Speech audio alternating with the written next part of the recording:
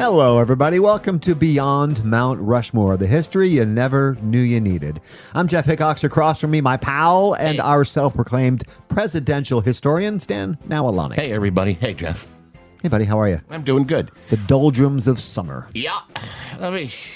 What if I told you in 1963 that the young, vigorous, 46-year-old president of the United States, John F. Kennedy, was in extremely poor health? What if I told you that? I would say I don't believe you. Mm-hmm. What if I told you that his overall physical condition may have aided and contributed to his death? You mean the assassination? Yeah. You'd say I'm nuts. What are you talking about, Stan? Like, Come on. How can that even Let's make a difference? go into the conspiracy theories. Oswald, lone gunman, Right. Grassy, his health contributing. No. No. Nobody thought that. I'm going to say, I'm going to tell you you're wrong. Huh. There have been so many podcasts that it's an industry in itself of the Kennedy assassination. It really is. And you can keep going and going and going until you're blue in the face. That's why we are trying to take a different angle on this. We're not going to go and play into who was up in the school book depository, who was on the grassy knoll. Was it the CIA, FBI, CAS? We're not going to get into it. And this is our second episode on the assassination, and the first one also was not a traditional angle. There are a lot of aspects that went on in the Kennedy assassination nobody talks about. The stuff on the outside, the fringes, those are the ones that we like to focus on. And it's one of those things you didn't get taught in school, which is why we're telling you about it. And it's another aspect to look at. Yes. The presidential JFK was an image. Yes. The real JFK was a man in constant pain, battling drug dependency, Yes. disease, and crippling back pain. And I mean crippling back pain. Yeah. He wasn't this picture of health. No. John F. Kennedy, born May 29th, 1917, into the world-famous Kennedy family, led by the former, and I'm not saying this to be smartass, former bootlegger, Yes.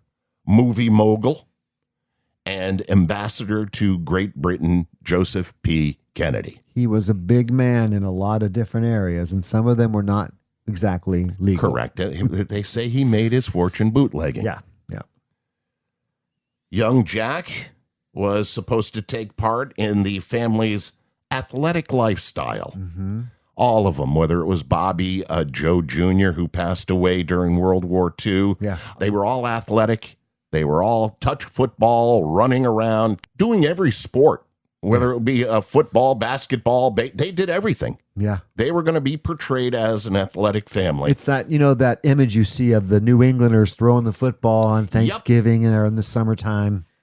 Jack was not healthy. His mother and matriarch, Rose Kennedy, recalled that he was a rather frail boy and noted that it seemed he spent his entire life battling misfortunes of health. That's his own mother saying that. That says a lot, doesn't it? Let me give you a little Reader's Digest of just how bad his health was as a child growing up. 1920, he had scarlet fever. Oh. Just a few months before his third birthday, he contracted scarlet fever, so severe that he was hospitalized for 2 months. So severe that a priest was brought in to give him his last rites. And that wouldn't be the first time. Yeah. Over the course of his childhood and teenage years, he also contracted diphtheria, severe pneumonia, whooping cough, measles, and, of course, all of us kids back in those days, chicken pox. Yeah. But he had them all. From an early age, Kennedy was plagued by severe gastrointestinal problems. Really? Suffering from chronic cramping, diarrhea, and nausea. He was restricted to a bland diet and still struggled to keep weight on. Sound like he was around the litter there. Yeah. Oh, yes. At the age of 14, he weighed just 95 pounds. Ooh. He was hospitalized more than 36 times throughout his life, with many of those stays being during his years at private boarding school and at Harvard due to exhaustion, jaundice, and a mystery blood condition that nobody ever got an answer to. Wow. This is how sick he was growing up. This is not even adulthood yet. No, sir. Modern medical historians and physicians who have reviewed JFK's medical archives from his childhood believe his frailties weren't just bad luck. It was highly suspected that he suffered from genetic autoimmune disorder called autoimmune polyendocrine syndrome type 2. Basically, it's a condition which causes his own immune system to slowly attack his glands and organs from infancy onward. He had a condition that was just eating away at him. So its immune system, or his immune system, thought he was always under infection, so Correct. it was always trying to stop it. You nailed it. Not there. You nailed it.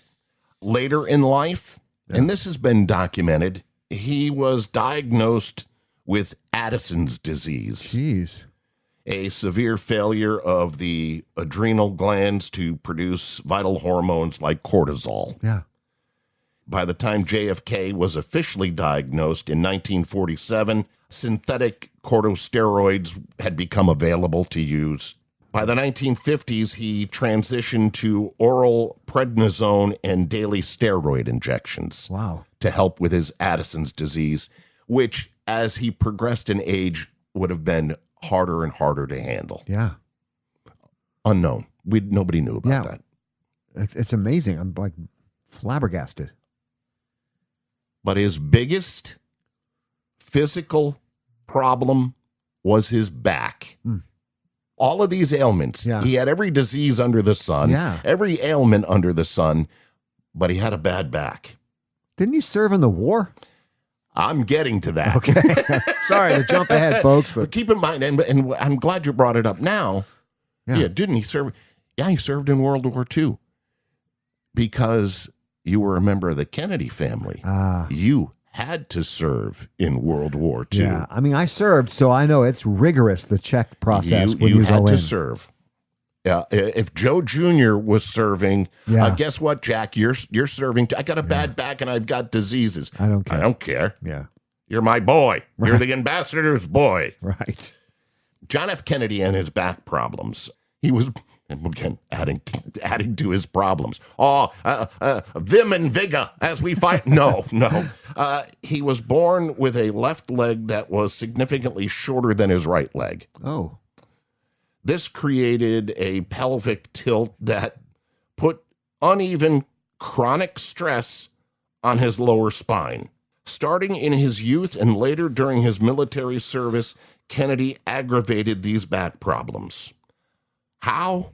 Well, here is Curtis Molman. He is a historian and buyer of oddities for Ripley's Believe It or Not, as he describes John F. Kennedy's back problems throughout his life. Talk to me, Kurt. Kennedy actually suffered from back problems as a child. He was in and out of the hospital from the very beginning with different types of back problems. It worsened when he was in college. In 1937, he was playing football. He was tackled, and experts kind of agree that's really what started his severe back pain. It worsened in the Navy. His ship that he was on was actually attacked and sunk. And Kennedy survived and assisted in saving a bunch of other, his comrades. And he did this by swimming to shore over 3.5 miles to the nearest island while towing a few of these survivors using a rope that was held in his teeth. So that's really what kind of took it to the next level. Wow, for somebody who is that injured, that's an amazing feat. Can I just say that real quick? The story of PT 109. Yeah.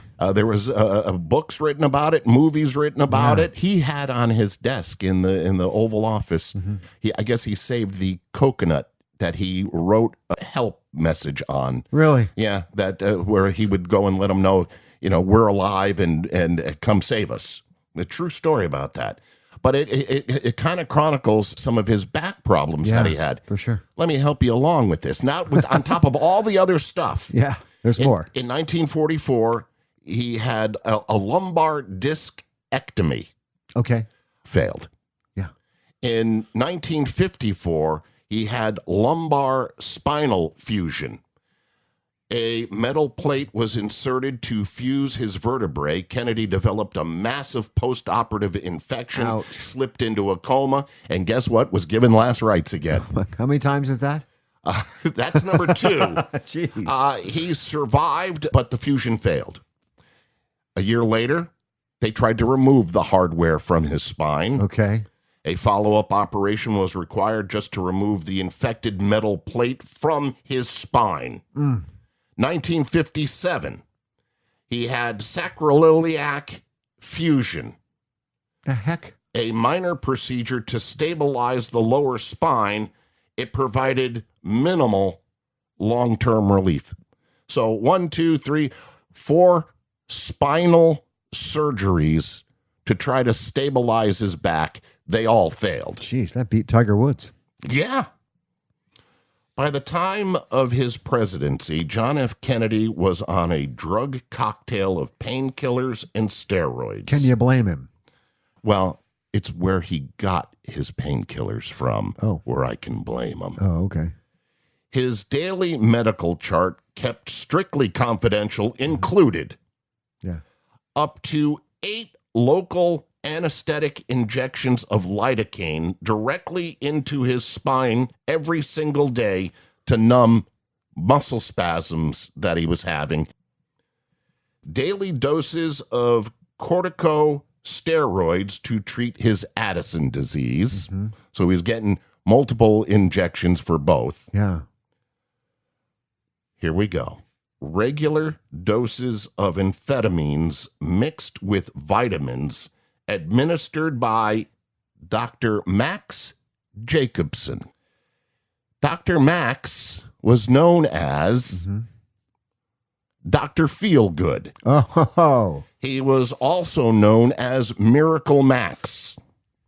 Max Jacobson administered his vitamin shots to Kennedy to give Kennedy energy, to help the pain, and to help his physical exhaustion. Yeah, amphetamines going to give you energy. Jacobson, Dr. Max, Dr. Feelgood, was a German-American physician and medical researcher who treated numerous high-profile patients in the United States. All the TV stars, singers, all of them. They would, if they wanted it, it was legal then. You want to go and I'm giving you a vitamin shot. It was loaded with amphetamines. Right. Wow. He was known to everybody in Hollywood circles as Miracle Max, Dr. Feelgood, because he administered highly addictive, he called them vitamin shots. Yeah, not They good. weren't. They were laced with various substances that included amphetamine and methamphetamines. Largely unknown to the public until his methods were exposed by the New York Times in 1972. Wow. Jacobson was charged with unprofessional conduct and fraud in 1973. He eventually lost his medical license in 1975. Wow. He was coming in and shooting up JFK. It is said in the Oval Office, Kennedy could barely put on his own shoes and socks, that he was in that much agony. Poor guy. His personal physician was Dr. Janet Travel. And yes, she was the first female personal physician of a president of the United States. All right, good for her. She made him sit in rocking chairs. Ah. She discovered that a high back woven cane rocking chair provided Kennedy with significant relief by keeping his lower back moving slightly and easing his muscle spasms. The president had these specific, and they were called Troutman Oak rockers. Huh. And they were placed in the Oval Office, on Air Force One, and at the Kennedy Estates. Wherever he went, you had to have that specific rocker because it gave him the most relief. A lot better than methamphetamine. Yes, but he kept taking that too. Okay, of course. During the Cuban Missile Crisis, really? he was getting jacked up by Dr. Feelgood. Jeez. Now, we brought it up, but how does it relate to our opening statement that his overall physical condition may have aided and contributed to his death? Can I just say that's that, how we opened it. Right. Yeah. Can I just say that as a child growing up, and most people my age growing up, he was a picture of health. Picture of health. Young, vibrant, Yeah. part of the new generation The coming. presidential Eisenhower fitness. was over with. The old man, Truman, they were all, Yeah. this young guy, 46 at the time of his death. Yeah. He was a walking mess. Jeez. And America never knew it. Right. So now we're where we started. Yeah. Contributed to his Right. death. How's that possible? As we said, the podcast industry for Kennedy assassination is ridiculous. And as much as I love the conspiracy theories, and I've got my own views on it. Yes. You and I are not going to do another one of those, and we're not. No. But John F. Kennedy, they claim, assassinated by a sniper's bullet while riding in an open limo. Most won't tell you, and I've never heard it said in school, that morning when he woke up in Fort Worth, Texas, on his tour of Texas, he started the day in Fort Worth. No teacher ever told you that he started his day like every morning, waking up in pain, Yeah. Poor guy. back pain.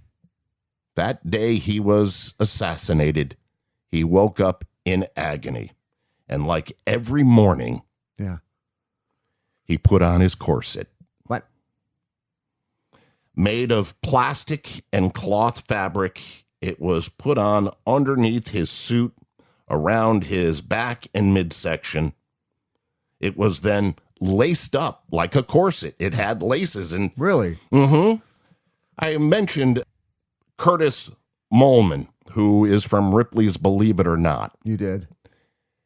He purchased one of Kennedy's corsets. Really? And as you will hear him describe, you can't call it a back brace because it wasn't a back brace. No. It was something far more convoluted than just wearing a back brace. Because it was cinched up too. It's super tight, yes, and was made of hard well, let him Yeah, all right, describe it to you. right? All right, Curtis. It's very, very rigid. This was specially made for Kennedy, and it's not what I would consider a back brace by today. Even if I give this a good push, it does not want to flex. This was actually designed to keep Kennedy standing upright and sitting upright. And not in pain. Or And not in relief pain. from pain. Yeah, lifting those discs and that's so he can keep them upright. I mean, if you go and you sit in a car, you go and shake hands for a long time, Yeah. you're on your feet. He needed some kind of support, and it was custom made for him, and it was made of that rigid plastic that basically could be fitted underneath his shirt and his suit jacket, and you wouldn't know. No. Boy, look at the beautiful posture he Right. has. He is upright. What a young, beautiful young man he is. He is upright. When Kennedy was struck by the bullet that went into his back Yeah. Yeah. before the headshot. Now, I'm not going to say the first bullet, the second bullet, yeah, because yeah. nobody knows Nope. what bullet. There are so many bullets that were fired, and they were more than 3, and we don't know who hit what and who hit whom. Right. But I'm just going to say when the bullet that struck his back before the headshot, Kennedy moved forward. If you look at the Zapruder film, he's hit in the back and he lunges forward. A normal human being would have bent over. Collapsed. A normal human reflex, according to doctors, would have caused him to slump forward and drop to the floor of the vehicle. Yeah. He couldn't. Right. His back corset or brace kept him straight upright. He couldn't pick up a coin if he wanted to that had fallen on the ground. He was a sitting duck. He was a sitting duck. Here again is Wow. Curtis Moleman from Ripley's. That's one of the reasons why people think that this cost him his life. And a lot of doctors' consensus is that had he been able to physically bend forward, he wasn't able to do so, and he was ultimately hit by that shot that killed him. It left him, as you said it, a sitting duck. He could not bend forward. If you look at the Zapruder film, Yeah. and we've looked at it when we did the Connolly episode, Yeah. Connolly crumbles right into his wife's lap. He does. He goes right down, and she kept him down on the floor after he was hit. Yeah. Kennedy is hit by the bullet that goes into his back. He's upright and just moving forward. And then the controversy, the headshot. Did it come from the front? Did it come from the back? Were there more than one headshot? Look at the way Kennedy moves. Anybody that will go and analyze the film, oh, he moved a back into the left. But that was because he had a back brace on. He was moving like a swaying tree. Correct. There was no natural movement because it was unnatural because he had that brace. And when he finally did go down, he went down like a tree that was chopped down, straight down and into his wife's lap. No bending over, no crumpling, because he couldn't. I gotta watch that film again now that I know this. Watch the Zapruder film. He's like a tree trunk. Yeah, knowing that, it makes a whole different story. Wow. So many things that the world doesn't know about that assassination. Yeah. So many variables that go into it, and we will never, ever have the answer to it. No. But you and I, bring up today another variable that invariably gets forgotten. Yeah, because, I mean, you know, I'm not as big into it as you are, but I definitely have done research and learned about it and seen movies about it and all that stuff, and I've never once heard this. No. Had he been hit by that first shot and not had a brace on because of his extreme back pain, he would have crumpled into the floor of the limousine, and they would have never gotten that headshot off. Yeah. Just like Connolly crumpled into the limousine. I mean, he could have survived. Wow. That is an amazing piece shocking. of history that nobody talks about. Yeah. That's an angle I've never heard, and it makes such a big difference in the outcome. And watching the Zapruder film, it'll make total sense. It falls like a tree. Yeah, I'm going to have to watch that again, that's for sure. Great story. Thanks. Telling you. You know, I was trying to look up some stuff about him. You know, he was initially rejected, actually, for that military service because of his health. Yeah, he had bad health, but he was a Kennedy. He was getting in. And we all have our thoughts about our presidents and their fragility, but he actually is ranked among the most medically fragile presidents ever elected. Take a look at what we just said. Yeah. He was a mess. Yeah.